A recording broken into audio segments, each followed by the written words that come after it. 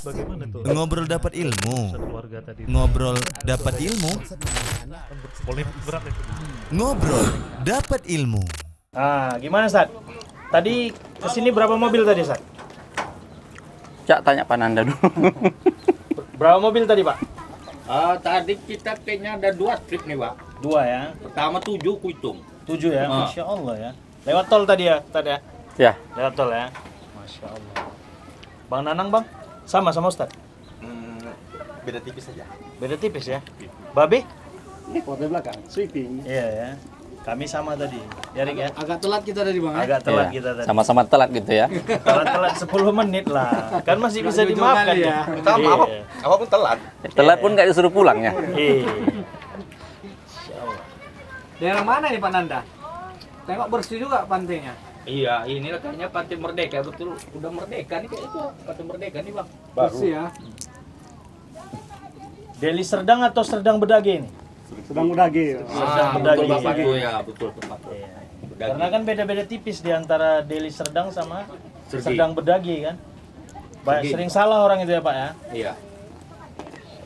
Pemekaran ini, Pak. Dulu Pemekaran, memang Serdang nih, cuman pemekaran Sergi lah sekarang. Nah nampaknya kacangnya Stat. Ya. Gas Stat. Ini kopi. Kalau udah mulai sekali nggak berhenti dia. Apa?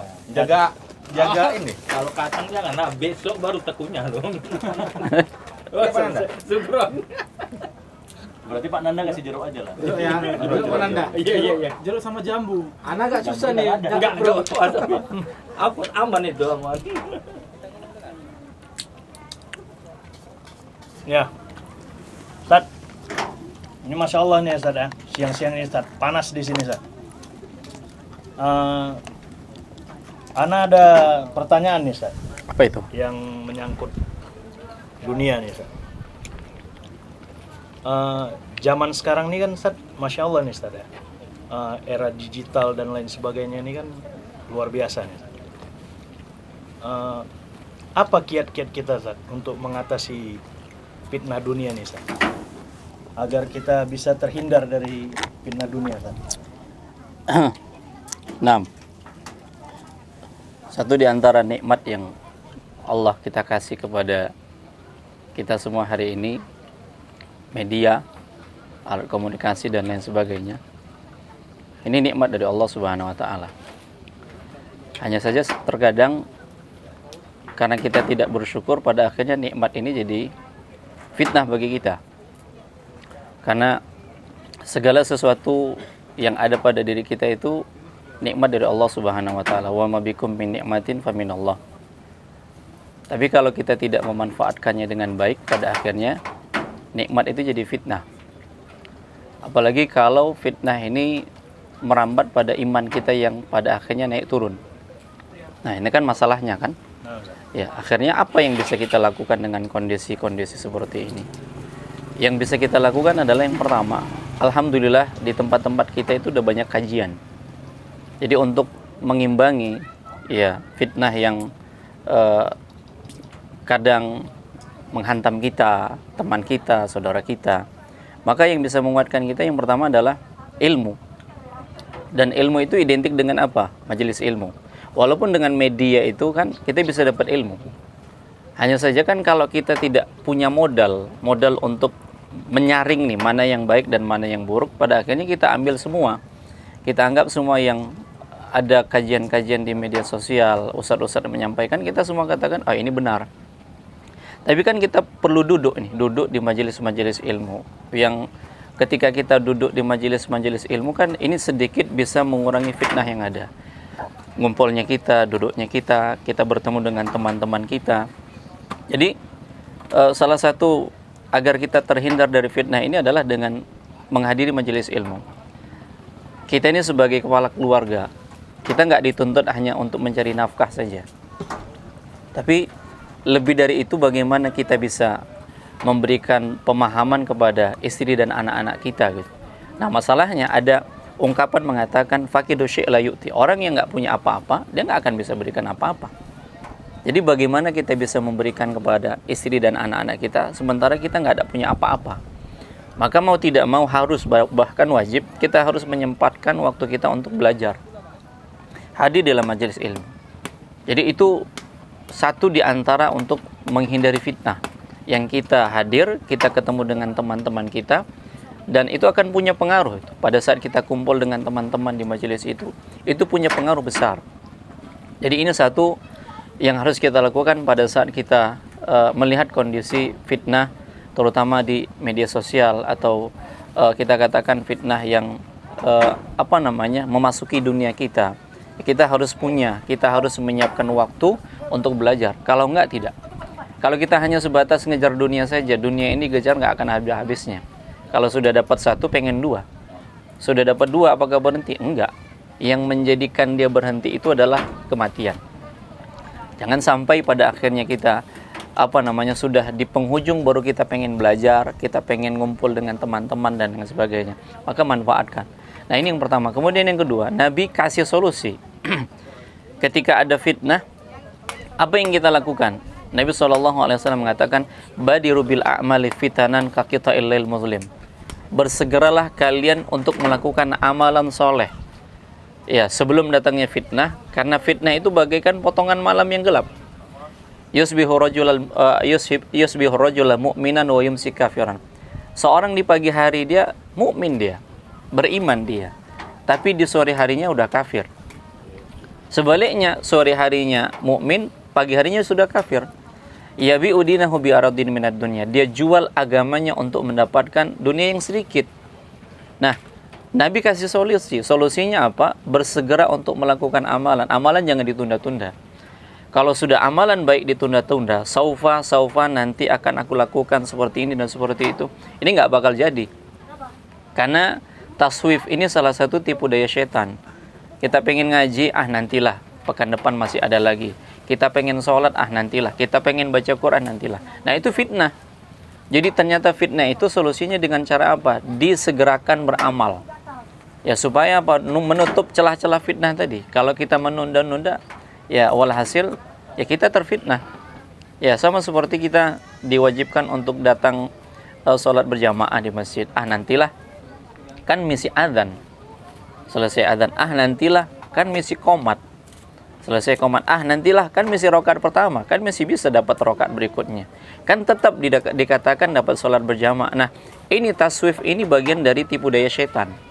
Walaupun kita kerjakan, tapi kita mengerjakan dengan menunda-nunda. Ini bagian dari fitnah. Ya, ini bagian dari fitnah. Oleh karenanya, solusi dari Nabi SAW, ketika di hadapan kita ada amalan kebaikan, disegerakan. Supaya apa? Supaya kita tidak termasuk ke dalam orang-orang yang terkena fitnah tadi. Nah, di antaranya yang kita sebutkan tadi, ketika kita sudah konsisten belajar agama, maka segerakan untuk beramal dengan ilmu yang sudah kita dapatkan. Kenapa? Karena banyak juga kita lihat teman-teman kita yang tadinya bermajelis dengan kita, bersama dengan kita, sudah buyar. Ya, sudah entah kemana dia. Apa sebabnya? Boleh jadi itu tadi, dia tidak menyegerakan untuk melakukan amalan tadi. Sehingga pada akhirnya menunda-nunda, ujung-ujungnya sudah lewat. Jadi kaitannya dengan poin yang pertama tadi, belajar. Setelah kita dapat, segerakan. Ketika ada ilmunya, kita segerakan untuk beramal. Kemudian yang ketiga mungkin yang bisa kita lakukan agar terhindar dari fitnah, terutama fitnah dunia yang berkaitan dengan dunia. Dan sebab dia mengejar dunia itulah pada akhirnya agamanya tergadaikan. Nabi SAW dalam doanya, ya, wala taj'al musibatana fi dinina. Ya Allah, jangan engkau jadikan musibah kami pada agama kami.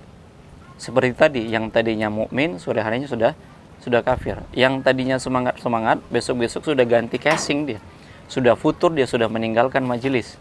Ya, sudah lagi tidak berteman dengan kita, circle-nya sudah beda. Ya, itu tadi karena apa? Fitnah menimpa agama. Wala taj'alil dunya akbar hammina. Dan jangan dijadikan tujuan besar itu adalah dunia. Ya, jangan sampai apa yang kita perbuat itu hanya semata-mata untuk dunia saja, nggak ada bagian untuk akhirat. Bahkan bagian akhirat itu sedikit.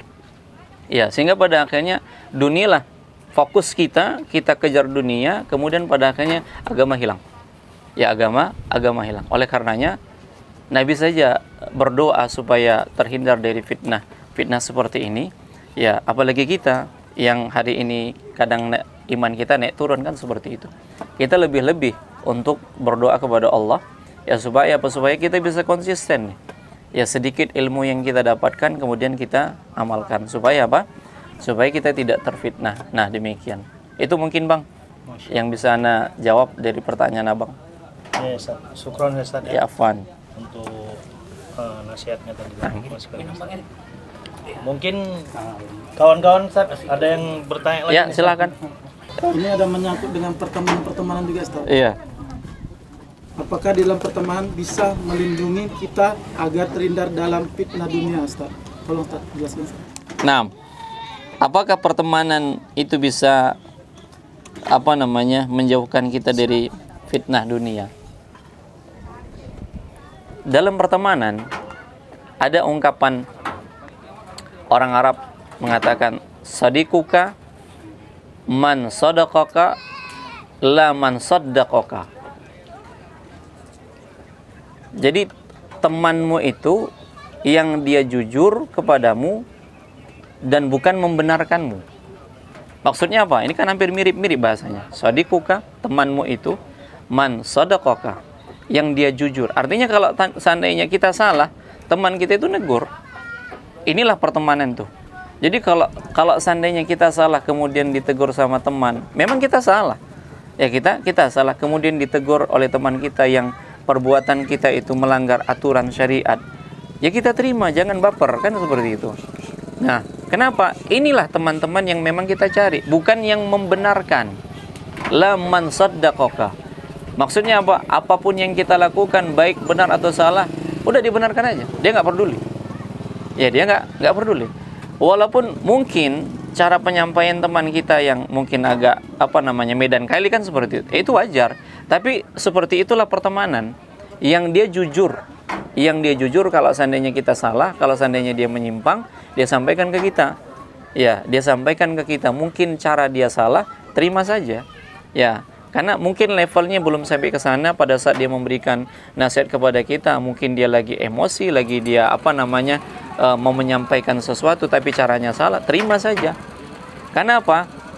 Karena Umar pernah mengatakan, tidaklah seseorang itu diberikan suatu nikmat setelah Islam yang melainkan teman yang soleh. Maka kalau kalian mendapatkan teman yang soleh, pegang erat-erat. Ya pegang erat-erat, jangan tinggalkan. Ya itu tadi yang kita sampaikan. Kita nggak banyak amalan, tapi boleh jadi kita berteman dengan orang soleh. Teman ini yang bisa menolong kita, yang menjauhkan kita dari fitnah, yang bisa menyelamatkan kita nanti dengan izin Allah pada hari kiamat. Nah, yang namanya pertemanan pasti ada masalah lah. Ya, yang namanya pertemanan pasti ada masalah. Jangankan pertemanan dengan teman kita yang intensitasnya mungkin kita nggak seharian ya. Ya, mungkin dengan pasangan kita juga ada masalah. Ya, dengan pasangan kita juga ada masalah. Dan itu bagian dari pertemanan juga kan demikian. Jadi kalau kita sudah mendapatkan lingkungan, circle, teman-teman yang soleh, kita bersabar di sana. Ya kita bersabar di sana. Karena yang seperti ini yang kita inginkan. Yang seperti ini yang kita inginkan. Nah, boleh jadi bukan karena amalan kita, boleh jadi dengan apa? Dengan syafaat yang Allah Subhanahu wa taala izinkan teman kita untuk memberikannya kepada kita. Seperti itu dia. Jadi maka dalam pertemanan seperti ini kita jujur. Ya kalau salah. Ya, mungkin kita sikapi lah, mungkin cara dia menyampaikan salah. Ya sudah kita terima. Ya kita terima. Karena yang disampaikannya benar. Ya, lebih baik kita mendapatkan teman yang seperti itu, yang jujur ketika kita salah, daripada teman yang selalu membenarkan kita. Ya, kita salah, kita benar, udah benar aja dia. Ya, benar aja dia. Karena memang ada pertemanannya itu karena ada kepentingan. Ya, ada kepentingannya. Ketika kepentingannya, apalagi kepentingan dunia. Ketika kepentingan dunia ini sudah dapat, selesai. Tapi kalau kepentingan kita ini adalah akhirat karena Allah Subhanahu wa taala, makanya pertemanan karena Allah itu memang harus dibangun dengan ilmu. Ya, jadi balik lagi ke yang ditanya ke Bang Umar tadi solusinya kan. Ya balik lagi ke ilmu.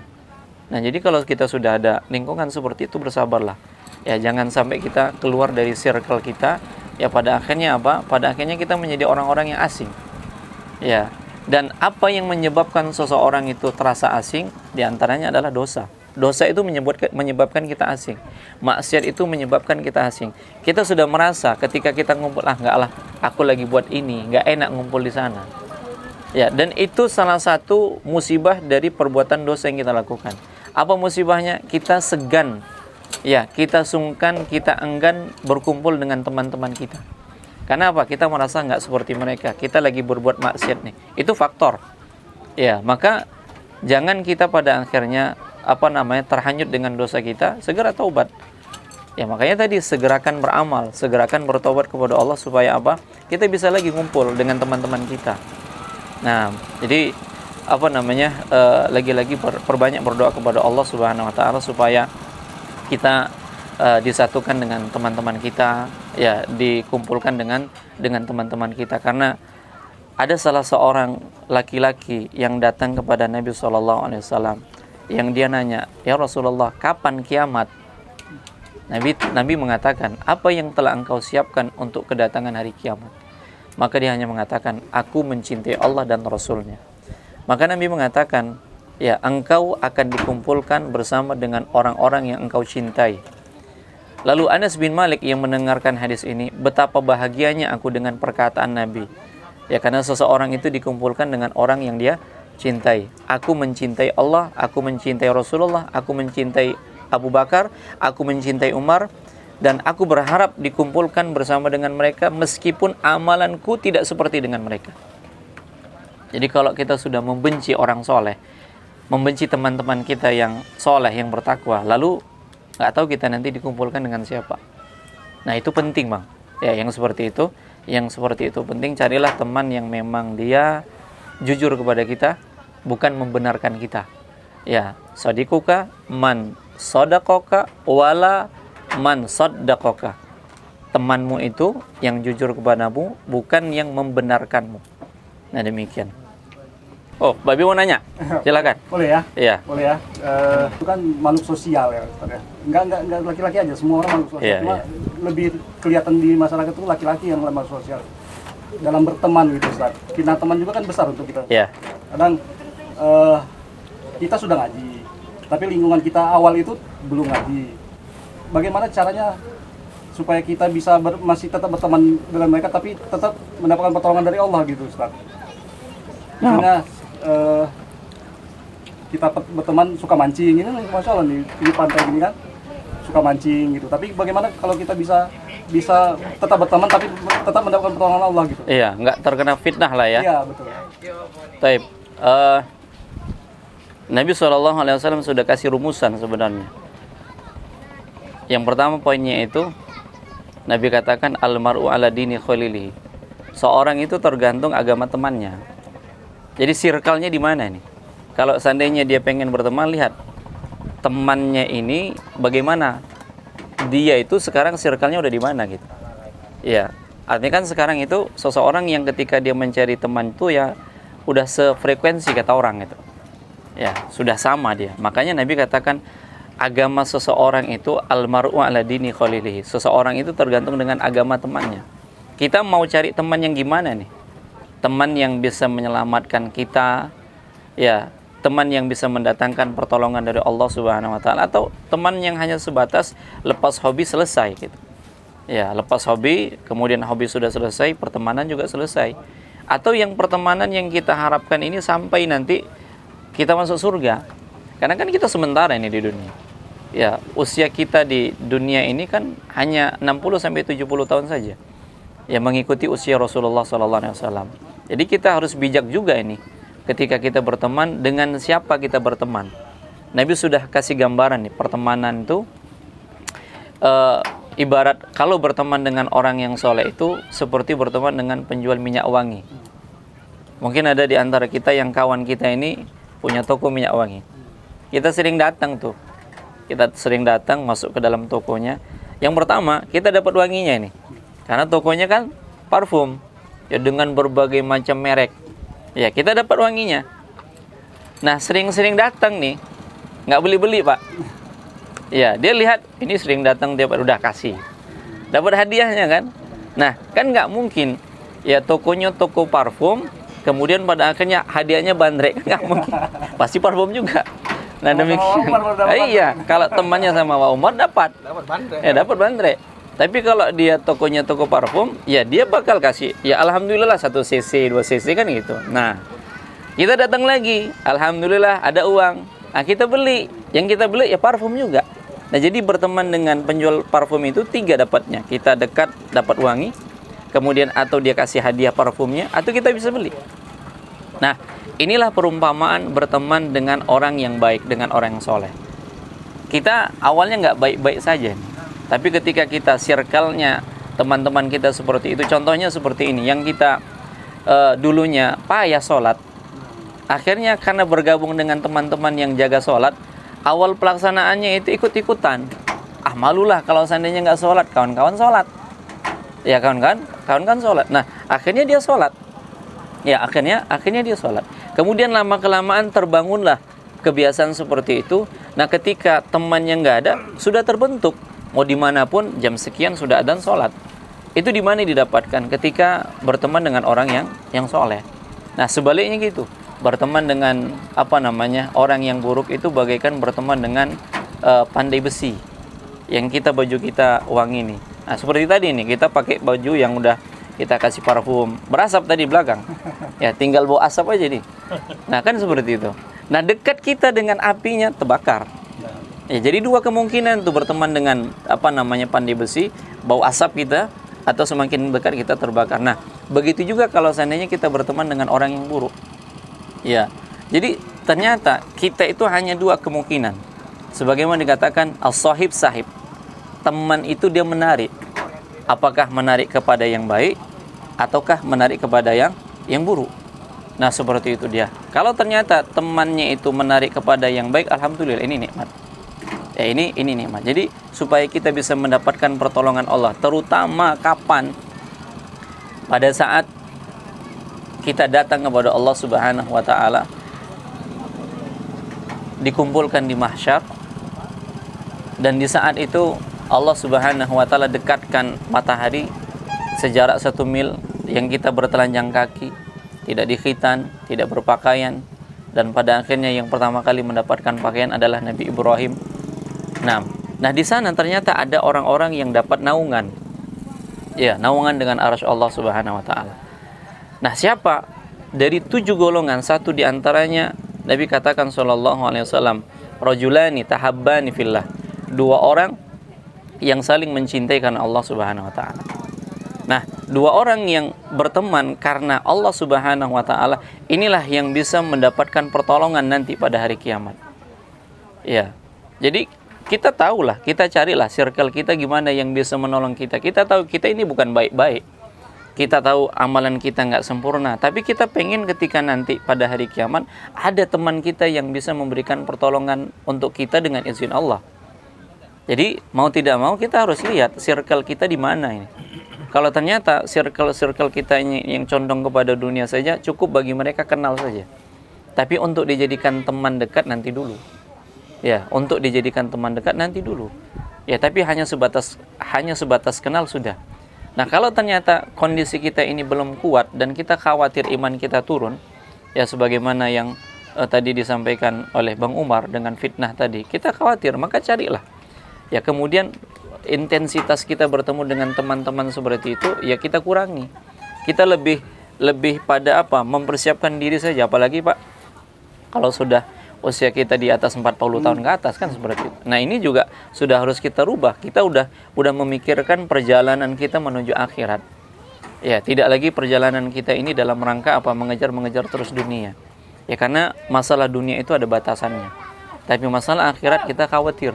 Ya, kita nggak dapat bekal. Nah, di samping mereka akan mendapatkan naungan nanti pada hari kiamat, yang itu merupakan pertolongan Allah Subhanahu wa taala. Nanti pada hari kiamat Allah Subhanahu wa taala mengatakan di dalam surat Az-Zukhruf ayat yang ke-67, al-akhilla yauma idzin ba'dhum li ba'din aduwwun ilal muttaqin. Karib kerabat, teman dekat nanti pada hari kiamat itu jadi musuh. Jadi musuh nanti pada hari kiamat. Kenapa? Ya, kenapa kau berteman denganku? Seperti inilah kondisinya kan. Artinya semua berlepas diri. Bahkan sampai syaitan pun berlepas diri. Kenapa kalian berbuat syirik? Aku kan hanya ngajak. Ya, adapun kenapa kalian ikut itu pilihan kalian. Jadi semuanya berlepas diri nanti pada hari kiamat. Illal muttaqin kata Allah, kecuali orang-orang yang bertakwa. Orang yang bertakwa ini khusus.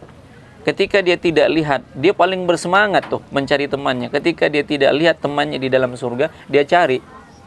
Dia minta kepada Allah Subhanahu wa taala supaya apa temannya ini yang ada di dalam neraka dikeluarkan dari neraka. Nah, inilah untungnya berteman dengan orang-orang yang soleh, orang-orang yang bertakwa. Ya, kenapa? Karena mereka yang bisa memberikan pertolongan kita. Kita sadar kita bukan seorang sosok yang baik, tapi kita pengen baik. Sehingga kalau seandainya kita pengen baik dan kita berharap mendapatkan pertolongan dari Allah, ya bertemanlah dengan orang-orang yang baik. Ya, jadi intensitas berteman ketemu dengan orang yang baik ini lebih banyak daripada dengan yang biasa yang kita katakan ini mitra kerja saja. Ya, jangan kita jadikan teman dekat. Kalau hanya sebatas kenal boleh. Tapi untuk dijadikan bestie kata orang sekarang, ya itu nanti dulu. Kenapa? Kembali seseorang itu tergantung dengan agama temannya. Jadi kalau kita pengen dapat pertolongan Allah Subhanahu wa taala, cari teman-teman yang mereka lebih mengerti dari kita akan agama. Nah, seperti itu yang bisa Ana jawab. Nah, Pandai-pandai kita lah Ustaz ya. Nah, pandai-pandai kita itu juga harus kita baring dengan ilmu. Balik lagi ke poin yang disampaikan ditanya Bang Umar tadi. Kembalilah ke ilmu. Jadi kita gimana kita tahu teman kita ini baik atau buruk? Karena kita sudah punya ilmunya. Kita sudah punya ilmunya, kita bisa memfilter. Ini bisa, ini kita duduk di sini. Ya, karena hanya sebatas untuk kerja. Kalau ini kita bisa jalan sama, safar sama. Kenapa? Karena ini sudah satu frekuensi nih. Sudah sama-sama kita bisa jalan. Nah, jadi kalau kita pengen tahu pertemanan itu seperti apa, yaitu waktu safar. Karena akan tersingkap semuanya. Yang selama ini mungkin kita hanya intensitas 1-2 jam ketemu, maka akan tahu ketika safar, karakter yang kita pengen dijadikan teman itu siapa? Ya waktu safar. Nah, kita nyaman, kita aman saja safar, nggak ada masalah. Yang seperti inilah yang bisa dijadikan teman. Nah, jangan pulang-pulang dari safar, bertengkar, berkelahi. Kan seperti itu. Nah, yang seperti ini sulit bagi kita untuk mengajak safarnya. Nah, demikian. Allah. Syukran jazakallah. Ya, jazakallah. Dapat daging ikan, dapat daging ilmu gitu kan. Iya, insyaallah. Belum dimakan ikannya. Iya kan? Umar, ingat ya. Iya. Di sana nanti. Insyaallah. Panggil. Iya. Iya, jangan abang aja lah, awak juga Umar ya. Kalau nggak nampak awan nanti cari Panggil. Ustaz itu. Oh iya Ustaz juga. Semua kita nggak tahu. Kan masalah masuk surga, masuk neraka nggak ada yang tahu. Ya bukan berarti kita yang lebih bisa menyampaikan ini lebih punya keutamaan, enggak. Ya masing-masing kan punya amalan. Kita nggak tahu amalan kita masing-masing. Ada di antara kita yang menyembunyikan amalan. Nah itu yang paling penting. Yang kita nggak kerjakan di hadapan orang, hanya Allah yang tahu. Ini boleh jadi inilah yang bisa mendatangkan rahmat Allah. Ya seperti itu dia. Jadi intinya kita jangan merekomendasi diri kita dan orang lain. Tapi kita berusaha untuk menjadi orang baik, itu aja. Ya kita berusaha untuk menjadi orang baik, berusaha walaupun kita bukan orang baik, tapi kita berusaha ingin menjadi orang baik. Nah,